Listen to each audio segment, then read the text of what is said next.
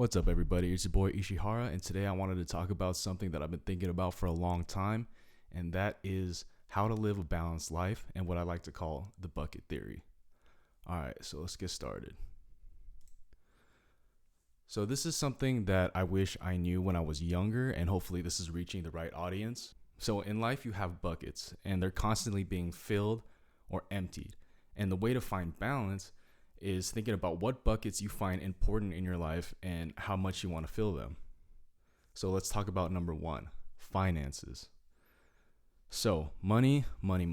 Good old fashioned Skrilla. And if you're like me or most other people, you're probably going to have to work. And that's just the reality of it. And I don't think you should be consumed by money, but you have to respect its importance in society. And it's essential for you to provide for yourself. And, if you have a family, it's important to provide for your family. But the way I like to think about it is outside of money, it's the confidence of working and being self-sufficient that really is why this bucket is important to be filled. Like we all know those people that maybe they had it really easy and they don't work and they just kind of do whatever they want all day. And although it seems nice on the outside, I think it's hard, like they never really had to test their grit and go out there and get it. And I think there is like a level of confidence and self-esteem that you get from doing these kinds of things.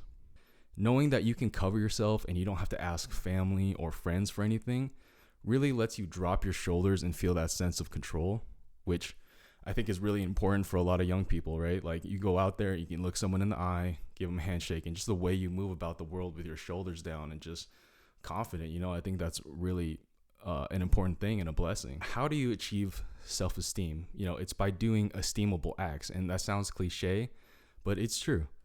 And when I started working a 9 to 5 and I was renting, taking care of my own bills, it's really a turning point in maturity. I also was struggling with some mental health issues and anxiety before this, but it really was a huge turning point for me was working. And even if you aren't at a glamorous job, when you grit your teeth and you buy in, you learn a lot. Like really like, okay, I'm at this like, stocking job or whatever. Like I'm stocking groceries. I mean, you have the pride of getting your own money, but also if you're smart, you'll think about what can I learn from this? How is management acting? What are the roles that are filled at the bottom level? So if I get to the top, let's say of this establishment, I know how to run these things. How do I talk to a distributor? All these things are like really important, and you can find these in any kind of job you do, working at McDonald's or so on. And it really teaches you, I feel like, humility, being at the bottom of the food chain, because we all have to do it. And when you, and it really lets you learn how to work with people. So I experienced this, at the corporate level. You get to really see like how processes work, maybe like file handling, again, management. And there's people that I don't get along with at work, but you have to be humble enough to be like, okay, work is work. And this is the situation I'm in. I don't get to call the shots. How do I deal with this? And not just corporate, but like blue collar. There's so much to be learned. And I think there's a really huge value in people working those blue collar jobs. And again, I'm going to tie this to balance. What do you like to do outside of work? How to balance everything. I will say that working those blue collar jobs is tough. You're going to be drained. But the only way to achieve the things that you want to do outside of work is to just go do it.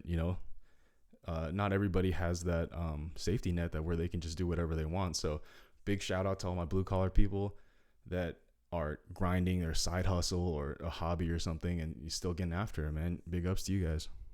And so part of this, talking about finances, I really wanted to touch on the subject of how to save, because a lot of people are living paycheck to paycheck. So if you can save like that $1,000 a month, 800, anything, you have a leg up on most people and you're doing a really good job.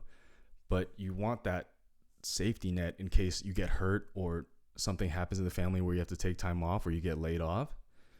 It's good to have that safety net. So you got to save. Just because you get promoted doesn't mean you go buy that new car.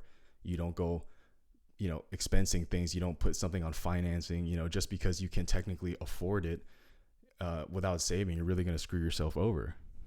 And one of the things that I've learned through parents and friends and other mutuals is how huge investing is. So if you can make your money work for you, that's a great position to be in, whether it's like mutual funds, which is slowly, or you put it into a no penalty CD, which is a little bit slower, but you put some money in and it just grows over time.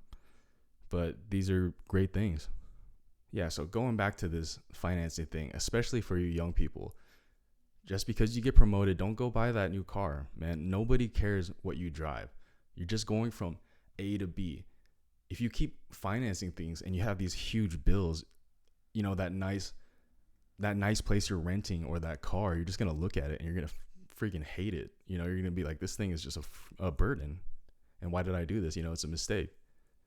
All right, so the next thing I wanted to talk about is relationships. The relationship bucket is comprised of family, friends, and romantic relationships.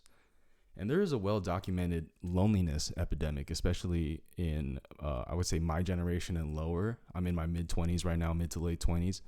And there are times where I've experienced this. It's really important to develop friendships with people that you respect. You have to like how they get down. You need to be able to genuinely relate and have like respect to who you want to be friends with. And like, are they working? How do they treat their friends and family? You need to put yourself in situations to meet people if your current group of friends is really not hitting this criteria. Like maybe they're maybe they're a little bit older and they're still doing the same thing they were doing in high school, smoking weed, drinking all the time, spending their money, going to clubs and stuff like that. And I've experienced this. I had to, in a way, separate myself from them for a little period of time, and it hurt. And it's not like you're cutting these people out forever and you have something bad to say, but you just, kind of slowly distance yourself away from these people, and you still got love for them. And eventually, hopefully, you guys can meet up. Everyone grows up differently, and it takes time for certain people, but you got to focus on yourself, and you should prioritize being healthy by yourself over just being in meaningless friendships, in relationships like this, because you're just gonna grow to hate each other, honestly. So it's important to have your own friends, even if like you're in a relationship, because it's important for you to be able to not put all your time and focus into one person. You know what I mean? Like sometimes you got to blow some steam off with the boys, or sometimes the girls have to just have some girl time. That's really important, so you can come back and connect with each other in a really healthy way. You got to have those people in your life. So you can't just vent to the same person all the time. You'll come back to each other feeling refreshed, is what I'm trying to say. And with all that being said, if you need to be alone for a period of time, embrace it. Get to know yourself, but still put yourself out there, because although it's better to be alone and have your peace versus being with takers, it is important. We are social beings at the end of the day. You gotta have your friends. And be wary of the takers, because people will take. It's in their nature. I mean, not everybody, but specific type of people. And as you get older, you can kind of weed them out and kind of see it as it comes. It's not something that's going to spring up on you one day. You know what I mean? But they'll take your energy and they won't reciprocate. You'll do something for someone thinking, hey, this person will probably do something similar for me, so let's do that. But they won't. And then you'll feel disappointed. And instead of keeping that pattern going, recognize it for what it is, and, start to pull back a little bit, because that's just how the person is. And it's unfortunate. But again, you got to protect yourself at the end of the day. The next part of this is family. Now, this one's tough because not everyone has a big family or good family relationships. But if you do have a family that you get along with, you should cherish that. There's something special to that relationship. And as you get older, you really appreciate what your family has done for you, especially your parents. Even if you don't get along with them when you're younger, if they're like reasonable, normal people, I guarantee that when you get older, you'd be like, wow, like I appreciate everything that they've done for me and all the sacrifices that they had to make along the way. Because it is tough being a parent. I'm not a parent yet, but to get older and understand all the sacrifices that my parents made for me, it's like, wow, I'm so grateful. And again, if you have a toxic relationship with your family, I mean, maybe it's best to cut that out, but I'm trying to speak for probably the majority of people.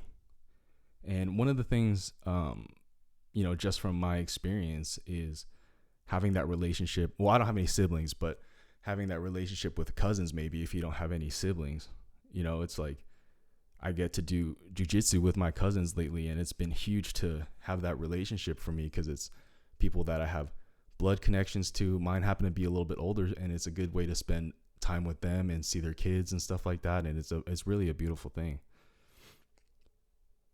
So let's say you have a choice of going out to party or buying dinner for your parents. Think about buying that dinner and spending time with people that you truly care about.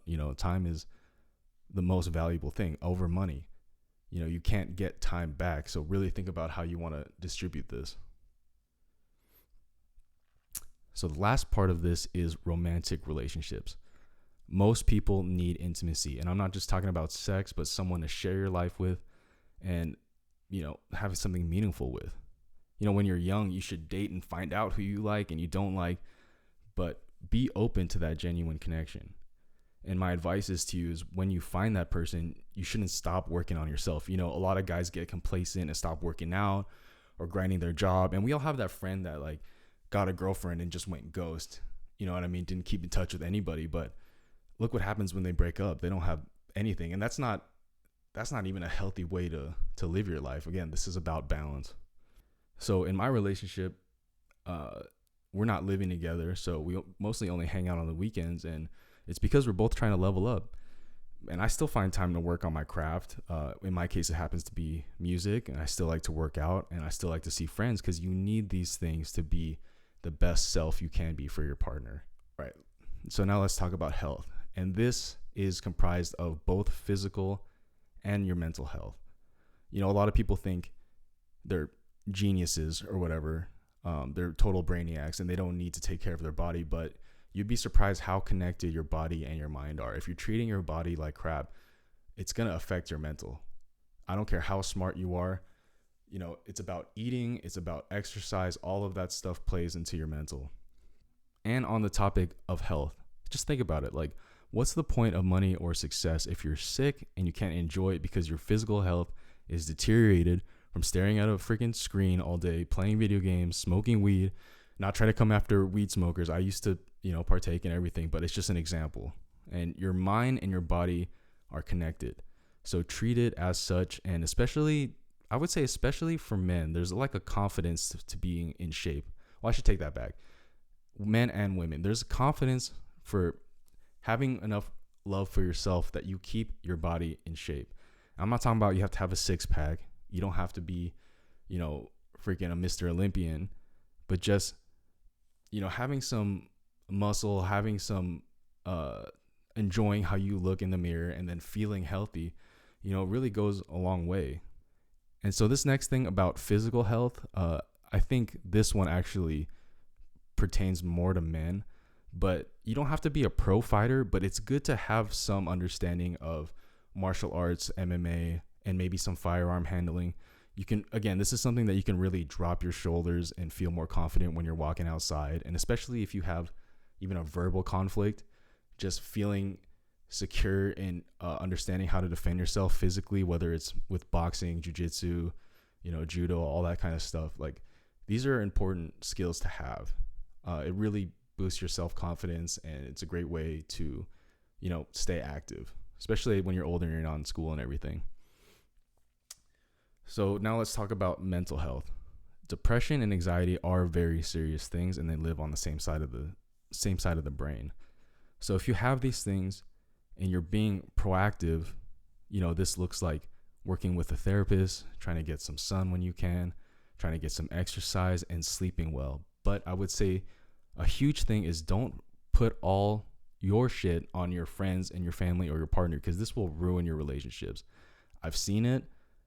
I've been guilty of it before, but I'm way more mindful of it now, and I see it in certain people. These people will vent, and it's annoying, honestly. It's like you want to tell them, go see a therapist, like go talk to somebody. Like, you want to talk to someone that is licensed and trained and someone that you get along with, especially with BetterHelp. You can just kind of roll the dice, and it takes a while, but you can find someone that you really connect with, and they're paid to do it. So you it's a different relationship, and it's really healthy, and I've really gotten a lot from it. And on the topic of mental health, I really want to talk about young people understanding positivity. It's not like a fake everything's gonna be okay kind of positivity, but real honest positivity. Like, thank you to my parents, or maybe if you believe in a higher power, thank you to the higher power that you're alive and you're able to see another day, have autonomy to take control of your life. And if you're real, I mean, if you're really thinking about it, if you have born with, all your limbs, your fingers and everything, and, you got a pretty sound mind, like I've done a good amount of volunteering for people with disabilities, and they don't get that opportunity, and that's a real thing. So really, gratitude will take you a long way, when you're feeling down, or, if you just wake up in the morning feeling weird, just think about there's so much to be grateful for. Even being born in like a free country, like America, like there's so many people that would trade positions just to be born in a country where they have an opportunity to take control of their life and make changes for themselves. A lot of second generation American people like me, their parents had to migrate because there were either problems with the government or issues with money. You know what I mean? Like, there's no opportunities to work, so you got to be grateful for that. And there's also a component of spirituality, not religion, but how do you perceive the world? Where do you fit in to this whole thing? You know what I mean? What are your values and what is your purpose?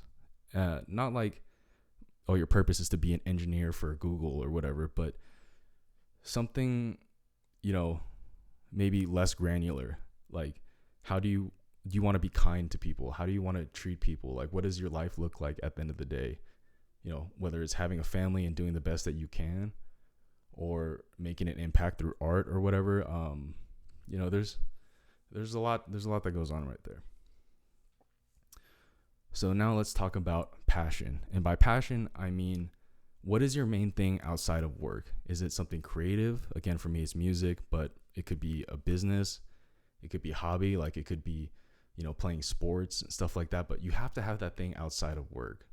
A lot of people get addicted to work, but there's really more to life than that. What do you truly enjoy, and how do you make time for that? And there's nothing wrong with enjoying multiple things, but with only so much time and energy in the day, like, what do you want to accomplish? If you're a less ambitious person and you just want to enjoy time with your family and friends, watch movies after work, there's really nothing wrong with that. But for many of us, like myself, we need that thing that we can look forward to, something that we can make part of our identity. So when you're working a job, that is reality. You have to make ends meet. You have to be able to save, whatever, blah, blah, blah. But you can call yourself a musician, an artist, or whatever, but you don't have an excuse. You have to work on it. You have to work on your craft. Even if you're tired after that 9 to 5, or you barely have time on the weekends, you got to squeeze it in, because if it doesn't get done, it doesn't get done. And I've experienced this, in my first year of working. It was really hard to work on music. I still find it difficult to find time to work on music, but you got to dig deep, especially for my creatives out there, and get to it. I mean, you could be a person that doesn't work and, has real issues with money, but I wouldn't say that would lead to a balanced life, which is the topic of discussion for today. Again, and once you kind of get a handle on what you're doing for work and your schedule and everything, I think you'll figure out where you can fit in your craft into this. But that's up to you. I would say that for fellow creatives, it's probably the right route to get that 9 to 5 job and be able to pursue it so it'll be less pressure on you financially, and just overall better for your mental health. With that being said, it is hard. Some days you'll be tired and you don't want to create, and you have to be kind to yourself in those moments, because life does happen.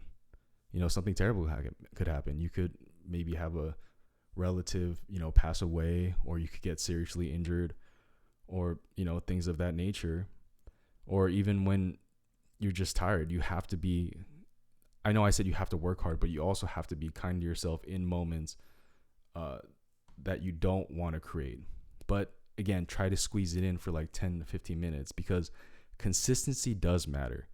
I feel like it's better to work on something consistently every day than going on some manic explosion for 48 hours that burns you out, messes you up for the week, and you can't, function during the week. Because this happens, people get manic episodes of creativity, and I don't suggest that. And bottom line though is, if you're someone that has that side hustle, side business, music, whatever, you gotta grind. You gotta work harder at the end of the day. You gotta take pride in what you're doing. Say, I'm doing that. I not only do I work, I take care of my family, and I work on my side thing. You know what I mean? That's something to be proud of, man. Do your best to manage your expectations. There's always ego when it comes to this type of thing. What if I'm not the biggest star? And what if I don't have clout or whatever? So take pride in your art and your side hustle. And if nothing comes out of it, you did your best. And I'm sure someone like this would have accomplished some things. And if you're being real with yourself, you'll have these accomplishments. So every time you create or take a stab at something, you're not guaranteed anything. No one's guaranteed anything, but you're rolling the dice. And every time you get another dice roll, every time you do something like that for the chance for it to pop off, you're just increasing your odds, which is important. And you get better with repetition.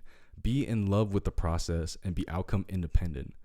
Don't worry about the outcome. I'm there right now. I'm not where I want to be with music. I'm not where I want to be with content or whatever, but I still go after it because that's what I love to do. Music, not so much content. I do like the content side, but I want to perform. And just because nothing was given to you, at least you're giving yourself a shot. Like all those industry plans, people that got lucky, that's fine. That's not us. Plus, it could be a short flash. You know what they say, like, the hotter the candle burns, the quicker it burns, or, flash in the pan type stuff. No, you want to build something with longevity. A lot of these people, maybe their first song was super highly esteemed and they weren't ready to blow up, and they fumble the bag, or they feel like they'll never achieve anything as good as their first work, and the rest of their life they're spent chasing it and feeling empty. And so to finish up this video, I just want to say my last point is rest. Just like after working out and letting your muscles recover, you have to do the same thing. Try to sleep well, take breaks. Maybe you don't have to take a nap on the couch. Maybe your mental rest is like, catching up with friends or going out to dinner. But what you have to do is keep yourself from driving yourself into the ground, because once you burn out, you're in a worse spot if you were to just keep chipping away and being slow but consistent. But anyways, that's something that I wish I knew when I was younger, and it's a topic that's really important to me. So hopefully this reaches the right audience. I'm just kind of making it because I've been thinking about it for a long time. Hopefully it helps you out. Let me know in the comments if there's something you want me to address or another topic, or if you found this helpful. But anyway, peace out. See you guys soon. Thank you very much for listening.